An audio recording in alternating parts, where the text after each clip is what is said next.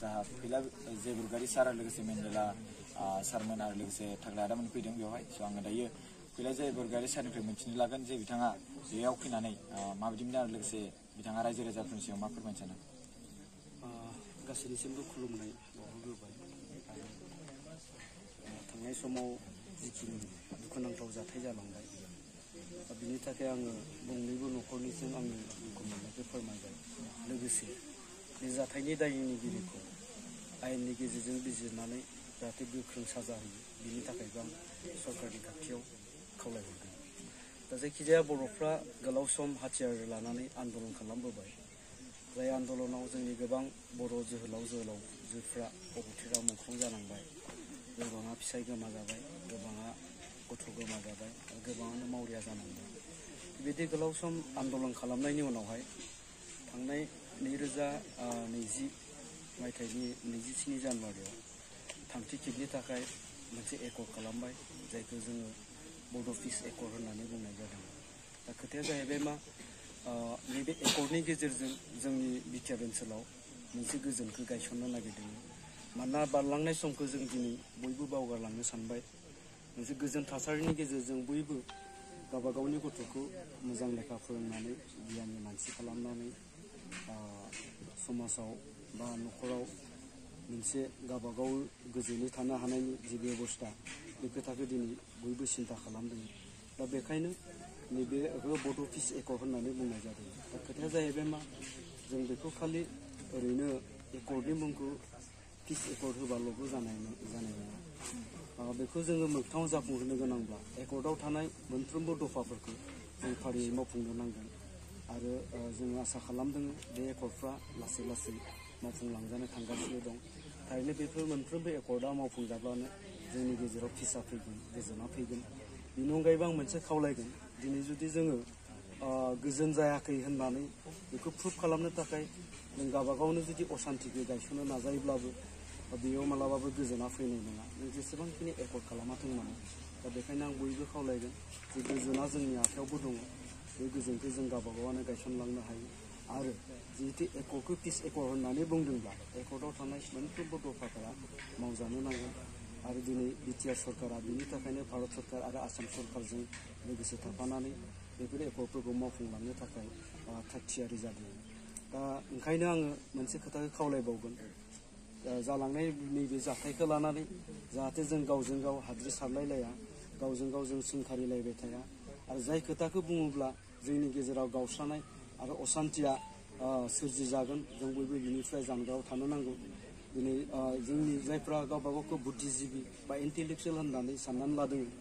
बिथांमोनहाबो जाहाथे बिथांमोननि खुगानिफ्राय जोंनि गेजेराव गावस्रानाय असान्ति माबा मोनसे जागोन बायदि बेबायदि बिबुंथिखौ होआ जोंनो दिनै इन्टेलेक्सुयेलफोरनि बोसोनगिरिफोरनि जोंनो बोसोन नांगौ समाजाव जाथियाव दा बेखायनो आं बयबो खावलायगोन बेफोरबायदि जाथायखौ लानानै जाहाथे जोङो गावजों गाव हाद्रि सारलायनानै फिन गावनि गेजेराव गावस्रानाय लाबोनानै जाहाथे जोंनि गेजेराव असान्तिखौ गायसनफिना आं बिनि थाखाय खावलायगोन सार माखासे मानसिफ्रा मोनसे गोदान आफाद दानायनि बाथ्रा रुजुनो आखायाव लादों नैबे बिनानाव हेलेना मोसाहारिनि फिसाजो अनसुलि फिसाजो अनिसा मोसाहारिखौ नैबे सारा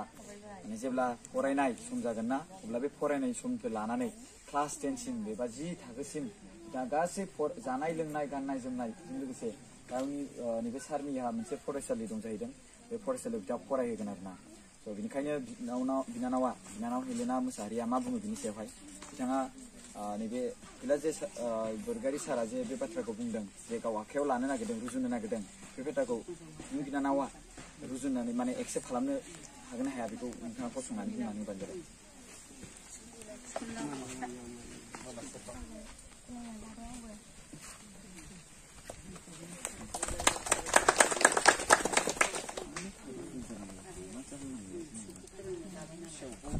खुलुमबाय बड'लेण्ड टाइम्स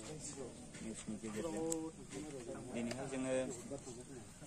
थांनाय 18 थारिखआव नंखाय एनकाउन्टारनि गेजेरजों जिउ गोमानांनाय न'खरनि जानानै जोङो दिनैहाय जोंनि न'खरनिफ्राय जानानै फोरमायहरनो लुबैदों जोंहा गोबाङानो जोंनि सारादुआ माब्ला जाखो बेखौ गोबां सोंहरदों दा बेनिखायनो जोङो दिनैहाय साफा साफायै बयखौबो खावलायहरनो हाला दिनै जोङो दुखुथिया न'खरनि जानानै जोंनि सारादुखौ दिनै नैबे मिडियानि गेजेरजोंनो जों फोरमायहरनो लुबैदों। जोंहा फैगौ 28 सेप्तेम्बर 2021 मंगलबार बारायाव जोङो जोंसार मोसाहारिनि बे सोरगोआरि श्राद्धनि क्रियाखौ जों खुंनो थाखाय आखायाव लाबाय। बेनिखायनो जाहाथे जोंनि गासैबो बर' रायजो राजा बिथांमोनहा दिनैहाय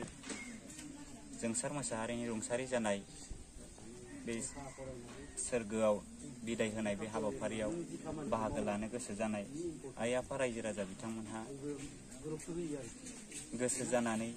फैनो लुबैनायफोरा नुजाफैनो हागोन होननानै जोङो न'खरनि जानानै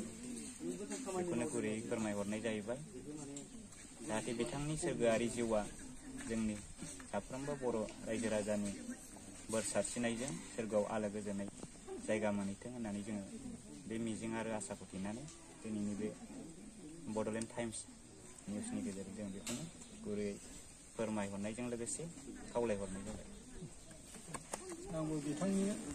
खावलायनायाव बे गामिनि रायजोनि नेहाथारि जानानै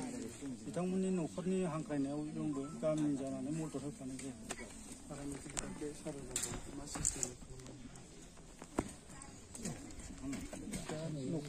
जोङो सारादुखौहाय जोंनि हिन्दु समाजनि नेम बायदियै खुंगोन। दा बेनिखायनो जोङो जोंनि रायजोनि नेम निथिजों जों खुंलांगोन जाहाथे जोंनि रायजोनि नेम निथियाबो जोबनानै थाङा। बेबायदिनो जोङो जोंनि रायजोनि नेम निथिजों खुंलांगोन। दा जाहाथे जोंनि बे सारादुआव बाहागो लाफैनो नागिरनाय रायजो राजाफोरा नुजाफैनानै जाहाथे बिथांनि बे जानाय जोङो निरामिस जानाय खालामगोन। जोङो जा एसे जोंनि केपासिटिजों हायो बेखौ जोङो होनो नाजागोन।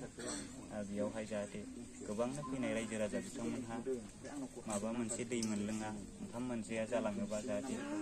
हथात माने हास्लाबबायाबा बेयाव दुखु मोनो आरो गोसोआव आघात लानानै थांनो नाङा होननानै आं सान्दों। गावनिनो आंगो बर' फिसा बर' न'खर हिसाबै जोङो सानलायनायनि गेजेरजों जाहाथे बिथांनि जिउमायाल' सान्ति जाथों बेखौ लुबैनानै जों गासैबो बर' रायजो राजा बिथांमोना जायफोरा माने फैनो सानदों आरो फैनो लुबैदों बिथांमोनहा नुजाफैनो हागोन होननानै जोङो गुरैयै खावलायहरनाय जायो। फोरोंनो आखायाव लादों आं बेनि सायाव